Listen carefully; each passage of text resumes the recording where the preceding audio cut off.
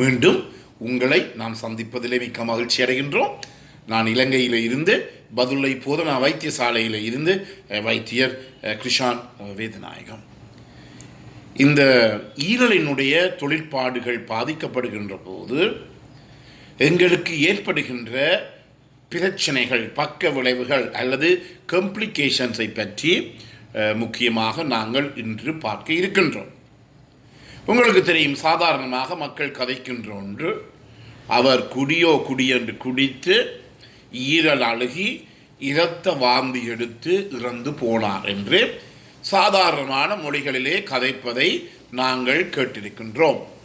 எனவே முதலாவதாக வரப்போகிற பிரச்சனைகள் என்னவென்றால், காம்ப்ளிகேஷன் என்னவென்றால், இந்த எங்களுடைய உணவு குழாயினுடைய அடிப்பகுதியிலே, அதை நாங்கள் களம் என்று சொல்லுவோம், ஈசோஃபேகஸ், இந்த அடிப்பகுதியிலே இருக்கின்ற நாளங்களிலே அமுக்கம், குருதி அமுக்கம் கூடி இதன் காரணமாக அந்த நாளங்கள் வெடித்து எங்களுக்கு இரத்த வாந்தி வரக்கூடியதை நாங்கள் காணலாம்.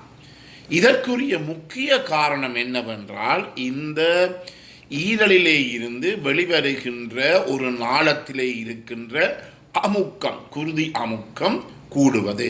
அதை நாங்கள் போர்ட்டல் வெயின் ஹைப்பர் டென்ஷன் என்று சொல்லுவோம். இந்த போர்ட்டல் வெயின் எனப்படுகின்ற ஈரலிலே இருந்து வெளிவருகின்ற இந்த நாளத்திலே இருக்கின்ற குருதியினுடைய அமுக்கம், பிரஷர் கூடுவதாலே இந்த களத்தினுடைய அடிப்பகுதியிலே இருக்கின்ற நாளங்கள் விரிவடைந்து வெடித்து அதன் மூலமாக இரத்தம் சத்தியாக வாந்தியாக வெளியேறுகிறது.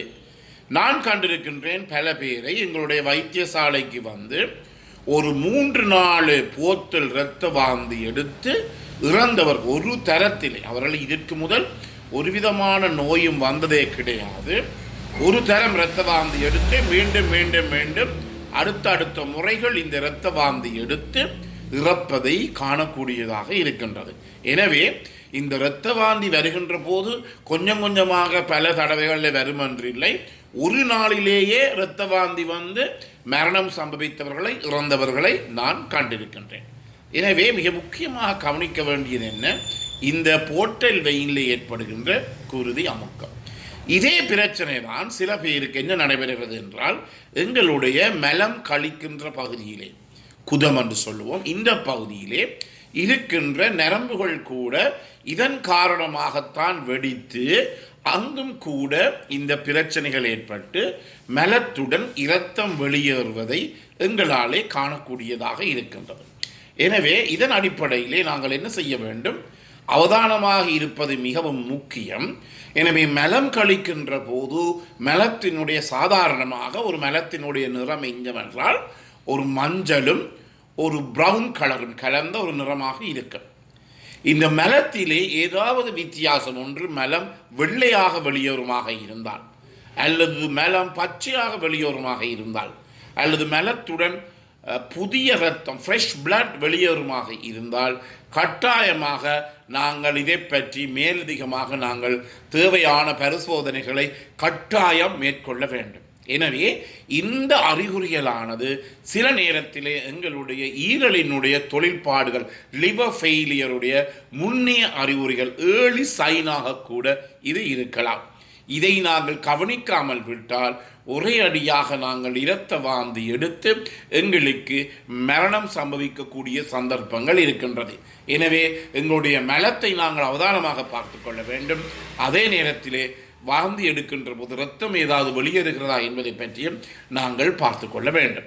இந்த வாந்தியுடன் இரத்தம் வெளியேறுவதற்கும் சளியுடன் இரத்தம் வெளியேறுவதற்கும் வித்தியாசம் இருக்கின்றது. என்ன நடைபெறும் என்றால், சில நேரங்களிலே ரெண்டுமே ஒரு கொஞ்சம் வயது போன ஆட்களுக்கு கொஞ்சம் பிரச்சனையாக கன்ஃபியூஸ்டாக இருக்கும். ஆனால் ரெண்டுக்குமே இருக்கின்ற நோய்கள் முற்றிலும் வேறு. இந்த சளியுடன் இரத்தம் வெளியேறுவது என்பது நாங்கள் முதலாக என்ன சொல்லுவோம், டிபி வருத்தம் அல்லது கசரோக வருத்தம் என்று சொல்லுவோம்.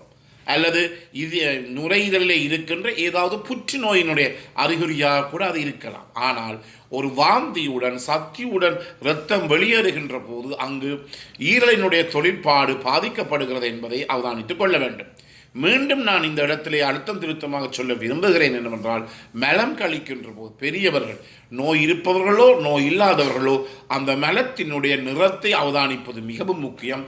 சில நேரங்களிலே ஈரலிலே தொழிற்பாடு பாதிக்கப்பட்டு ஈரலிலே இருந்து வருகின்ற பித்தம் பித்தப்பையிலே சேகரிக்கப்பட்டு அந்த பித்தப்பையிலிருந்து வருகின்ற அந்த பித்தம் வருகின்ற பாதையிலே ஏதாவது தடை இருக்கலாம், அல்லது இந்த பேங்க்ரியஸ் என்று சொல்லப்படுகிற சதையினுடைய தலைப்பகுதி, ஹெட் ஆஃப் த பேங்க்ரியஸ் என்று சொல்லுவோம், அந்த பகுதியிலே ஏதாவது புற்றுநோய் கட்டிகள் இருந்தாலும் கூட இந்த பித்தத்தினுடைய ஓட்டம் பித்தம் சுற்றி ஓடுகின்ற அந்த தன்மை குறைவடையும். என்றபடியினாலே மலத்துடன் அந்த பித்தம் வராத தன்மையினாலே என்ன நடைபெறும், மலம் எல்லாம் வெள்ளையாக போகும். எனவே இது மிகவும் ஒரு பாரதூரமான அறிகுறியாகும். ஏனெனில் இது பிரச்சனைக்குரிய அறிகுறியாக இருக்கின்றது. இந்த மலம் வெள்ளையாக செல்வது என்பது ஒரு பிரச்சனைக்குரிய அறிகுறி. என்றபடியால் நாங்கள் சொல்லுகின்ற ஒரு ஆலோசனை என்ன, ஒவ்வொருவரும் இது சாதாரணமாக தமிழ் ஆயுர்வேத வைத்தியர்கள் கூட இதை நித்திரம் ஒவ்வொரு முறையும் சொல்லுவதை நாங்கள் கேட்டிருக்கின்றோம். என்ன கட்டாயமாக மலம் வெளியேறுகின்ற போது மலத்தினுடைய நிறத்தை அவதானிப்பது மிகவும் முக்கியம். இது சிறு பிள்ளைகளுக்கு கூட பொருந்தும். என் சிறு பிள்ளைகள் சில நேரங்களிலே மலம் கழிக்கின்ற போது பச்சையாக போனால் அங்கே ஏதோ ஒரு அந்த மலத்துடன் இரத்தம் வெளியேறுகின்ற தன்மையை எங்களாலே காண முடியும். அதே நேரத்திலே சில நேரத்திலே இந்த மலம் போகின்ற போது கண்ணுக்கு தெரியாத இரத்த இழப்பு ஏற்படும். எனவே இதை நாங்கள் என்ன செய்வோம் என்றால், அந்த மலத்தை எடுத்து ஒரு புதிதாக வெளியேறிய மலத்தை ஒரு போத்தலிலே போட்டு அதை நாங்கள் எங்களுடைய பரிசோதனை சாலைகள் லேப்களுக்கு கொடுக்கின்ற போது அந்த லேப்புகள் என்ன செய்வார்கள் என்றால், அதாவது இந்த மலத்திலே கண்ணுக்கு தெரியாமல் மைக்ரோன்னு சொல்லுவோம், கண்ணுக்கு தெரியாமல் ஏதாவது இரத்த இது இருக்கிறதா, அதை ஆங்கிலத்திலே ஒக்கல்ட் பிளட் லாஸ் என்று சொல்லுவோம். Occult blood loss. எனவே கண்ணுக்கு தெரியாத இரத்த இழப்பு இருக்கின்றதா என்பதை இந்த மலத்தை பரிசோதித்து பார்ப்பதன் மூலம் இந்த பரிசோதனை நிலையங்கள் லேப்ஸ் எங்களுக்குரிய அந்த முடிவை ரிசல்ட்ஸை எங்களுக்கு தர முடியும். எனவே இது இன்று நான் கொடுக்கின்ற மிக முக்கியமான செய்தியாக இருக்கின்றது. ஒவ்வொருவரும் தங்களுடைய மலத்தினுடைய நிறத்தை அவதானிப்பது மிகவும் முக்கியமாக இருக்கின்றது. கூடுதலாக இது வயிற்றிலே புண் ஏற்படுகின்ற போது உங்களுக்கு தெரியும், வயிற்றிலே பலவிதமான அலர்ச்சிகள் ஏற்படுகிறது. அதை நாங்கள் இன்ஃப்ளமேட்டரி பவல் டிசீஸ் என்று சொல்லுவோம். அதாவது அலர்ச்சி காரணமாக எங்களுடைய இந்த குடல் பகுதியிலே ஏற்படுகின்ற தாக்கம், இன்ஃப்ளமேட்டரி பவல் டிசீஸ். இதிலே பல வகைகள் இருக்கின்றது. அல்சரேட்டிவ் கோலைசிஸ் என்று இருக்கிறது, குரோன்ஸ் டிசீஸ் என்று இருக்கிறது.